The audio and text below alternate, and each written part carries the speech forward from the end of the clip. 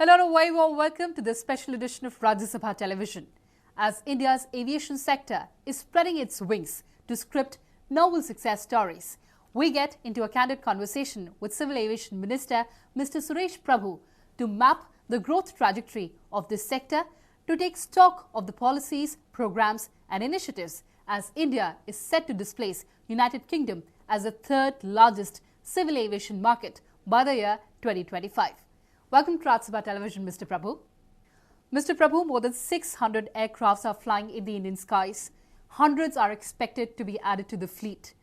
Air travelers are burgeoning at 20%, exceeding the global average of 7.3%.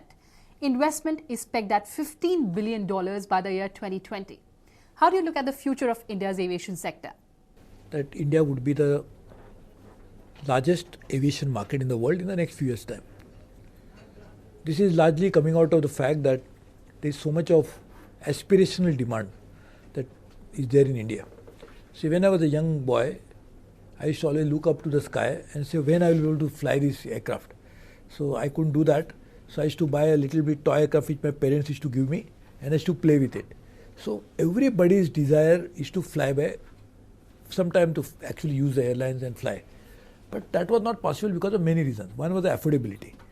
Thanks to our Prime Minister, when we launched this Udan, now it has become not only affordable, but also accessible. Udan 1 and Udan 2 has connected so many new places which were never hitherto on the air map of the country.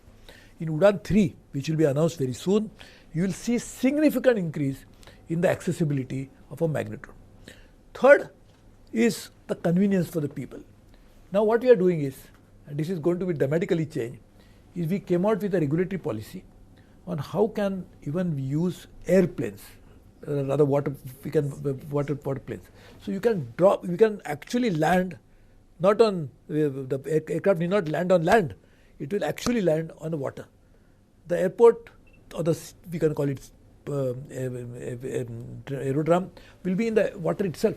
So these are new dimensions. So islands, we have 7,600 kilometers of coastline, the states in coastline. The water, not only islands, but even big ponds, big water bodies, big rivers, all of that can be used for landing aircrafts. So just imagine the changes that is going to take place.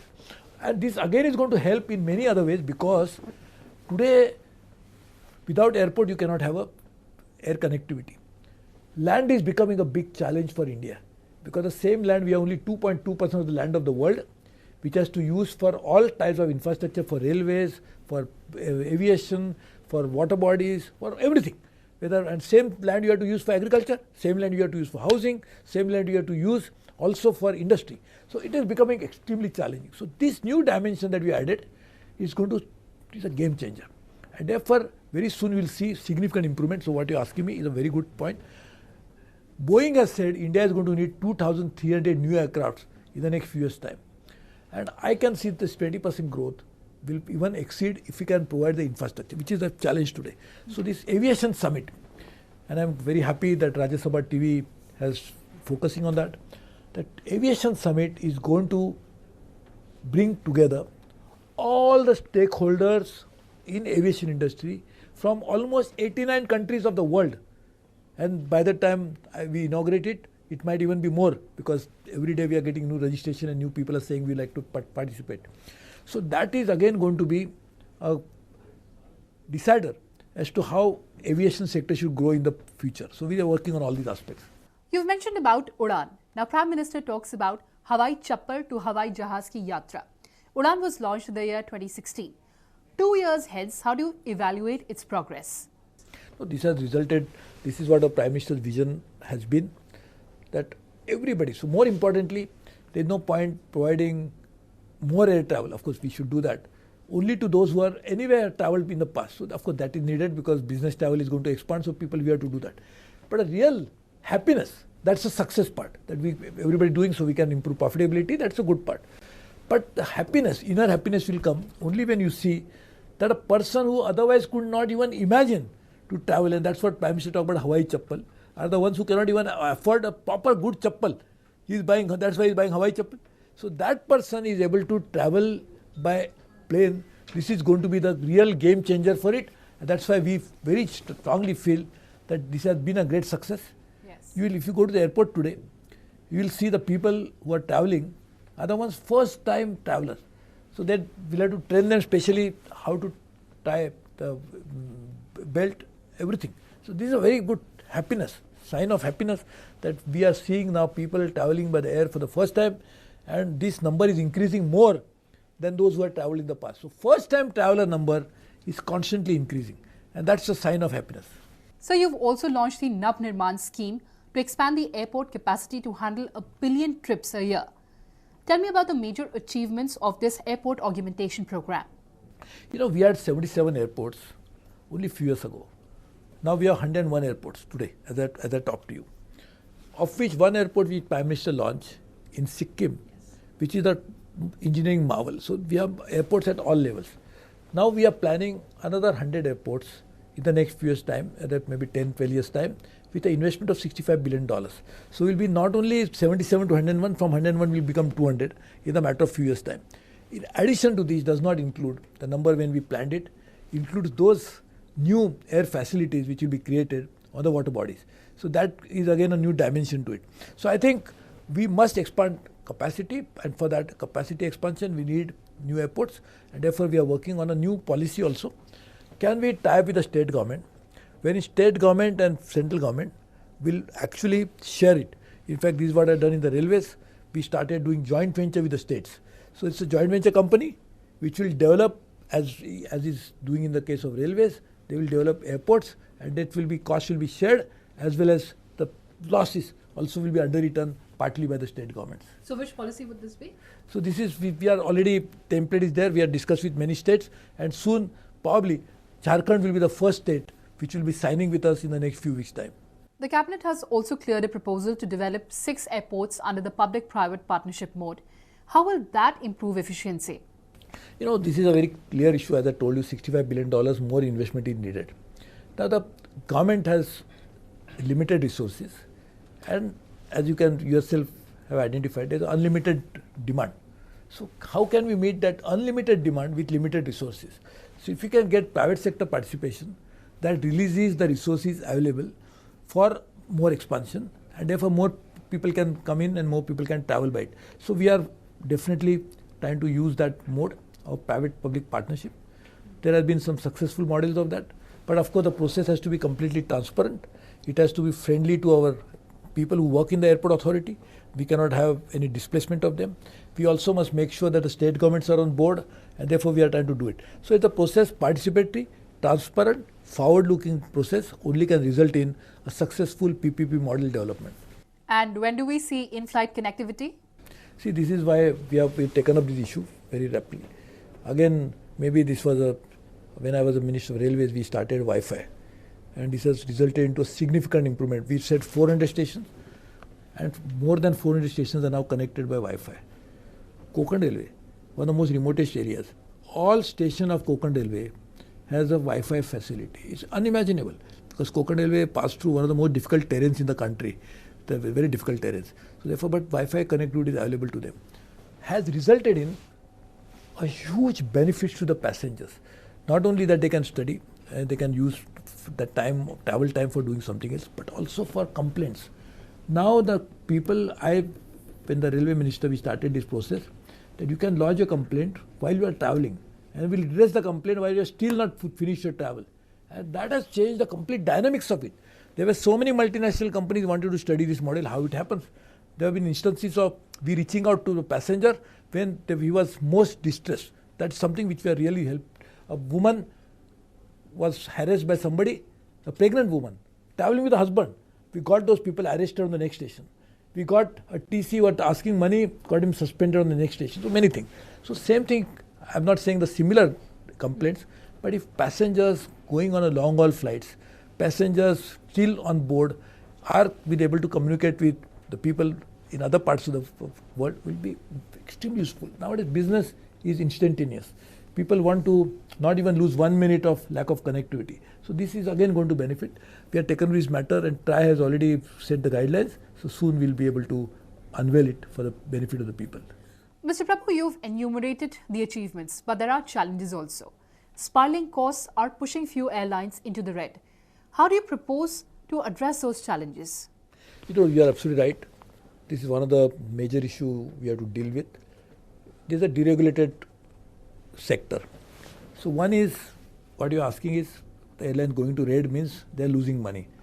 On the other hand, there are complaints that airlines charge more. So both at the end of it, that too less a fare, that's why they are losing money, or too high a fare for some time, that's even less than 1% of the highest fare that is charged. 99% is reasonable, but at 1% also raises eyebrows, because that's the time when you go and book the ticket immediately just before you fly, the rates are the highest.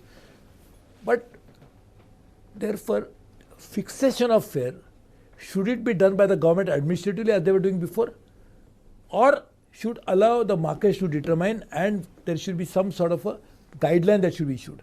So we are coming out with passenger charter, in which airlines will be free to charge, but at the same time they will have to follow certain charter of passengers, so that passengers will not be put to any inconvenience or should not be fleeced. So that's the objective. But profitability, lack of profitability is an issue which airlines must really focus on.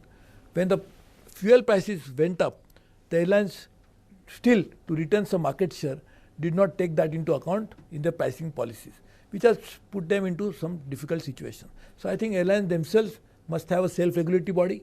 They must think about it, because deregulation has resulted in expansion. So we don't want that to be curtailed, and that should be interfered with. We don't want to do micromanagement. At the same time, we are ensuring that more the health, financial health of airlines is better, they will be able to expand more. So they must take that into account. Mr. Prabhu, talking about Air India now, the disinvestment proposal failed to attract bidders. The government is now planning to rope in professionals for top position through global search.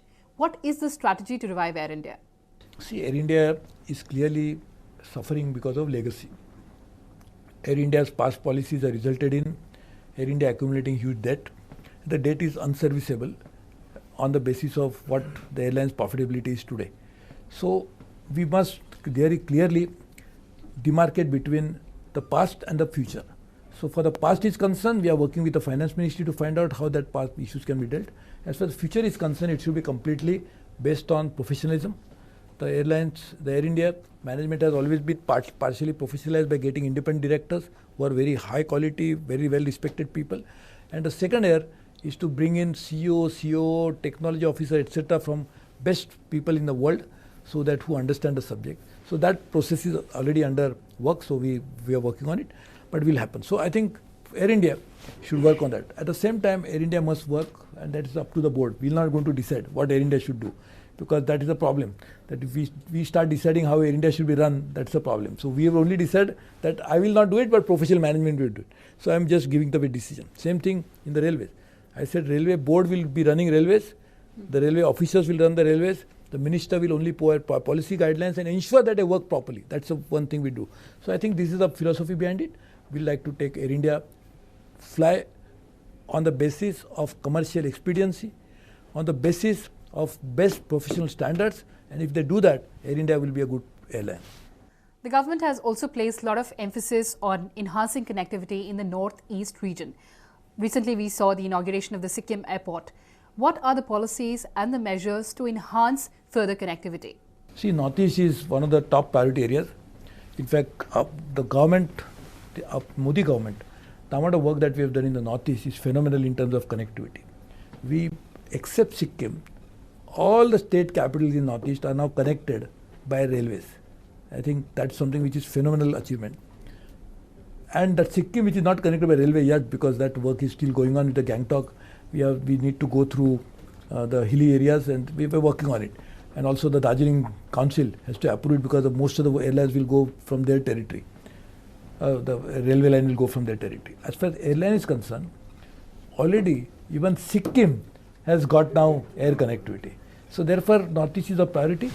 Yes, very soon we will be launching one more project for Northeast. There is a Sikkim, not only Sikkim, all the states. In fact, Assam, the Northeast, is the first state in the country which will have international connectivity through Udan. So we'll go to Bangkok, we'll go to Nepal from Assam. This is one very, very good thing. Yeah. We've seen several novel components in the aviation sector for the first time. We had the drone policy. We will now have air cargo policy. India also joined the elite club of nations to fly an aircraft on alternative fuel like biofuel. How would these elements transform the aviation sector in the coming years? See, these are all building blocks for overall aviation growth, because biofuel policy is very important because it's environment friendly. The same thing we did in railways when we had the solar panels, and the solar panel train was run for the first time probably in the world. So this same thing we are doing for biofuel. We are working on a policy which will actually be good for airlines because they will cut cost, but also good for environment because aviation is also one of the significant sectors which emits greenhouse gases. So to reduce the human footprint, we'll be able to help it. The aviation sector employs 2 lakh people directly and around 1.2 million people indirectly. You're planning to make India a hub of manpower training to cater to the needs of aviation industry globally. What would be the impact of this program on employment generation? See, there will be a huge employment generation which is going to happen through aviation. Because if you really look at it, one passenger when he flies, he brings in so many jobs. Like take one example of Dubai. Dubai couldn't have expanded so much without the airport. And the maximum employment generation that happens in Dubai is because of aviation. And also spin-off benefit, because aviation also brings in jobs in tourism. Aviation brings jobs into hospitality. Aviation brings job into transportation, because when you are transporting passenger from hotel to here and there, so all of this is going to result into huge job creation in aviation, for which the other challenge we have to face is train people for skills. So we are doing that in a very significant way. The skilling program is already started. So now for some time you could not even imagine the amount of jobs. Now one more sector which has still not been used effectively and efficiently for promoting job is MRO. So now we are going to do maintenance and repairs. We are going to do that in a big way in India. Therefore, we are coming with the policy, and also we are going to come out with a policy on how India should be the hub and not lose traffic to some transit points outside India. So we are going to work on that, and therefore that will create jobs. Last but not the least, Mr. Prabhu, talking about safety now. Indian aviation sector maintained the highest audit in 2018 by the global auditors by ICAO. How has the government fortified the entire safety structure of the aviation sector? Safety is the responsibility of the DGCA. That's a mandate for DGCA. As a minister, I have directed them that they must conform to the highest safety standards. I had asked them to conduct safety audits for all installations, not just airlines, but installations, whether airport or others. So that audit is complete. And they have been constantly, I told them, constant auditing and finding out, and zero tolerance to safety. So anytime we notice a small little discrepancy, we even ask the plane to come down and actually do it. So sometimes globally they will not do it, but we try to do it. Also, 2 international organizations. One is obviously the UN body, which has said that India's safety is highest. They have upgraded India's safety in 2018. Also the US Aviation Organization, US Safety Organization, which is actually very strict. They have downgraded India in 2014, have now upgraded India in 2018. So that shows our safety standards. So no compromise on safety. Safety, accessibility, affordability, and convenience of passenger will always be the priority and will be the integral part of the aviation policy. So clearly the aviation sector has huge potential. Mr. Prabhu, thank you so much for talking to Rajya Sabha Television. Thank you very much. Thank you, sir.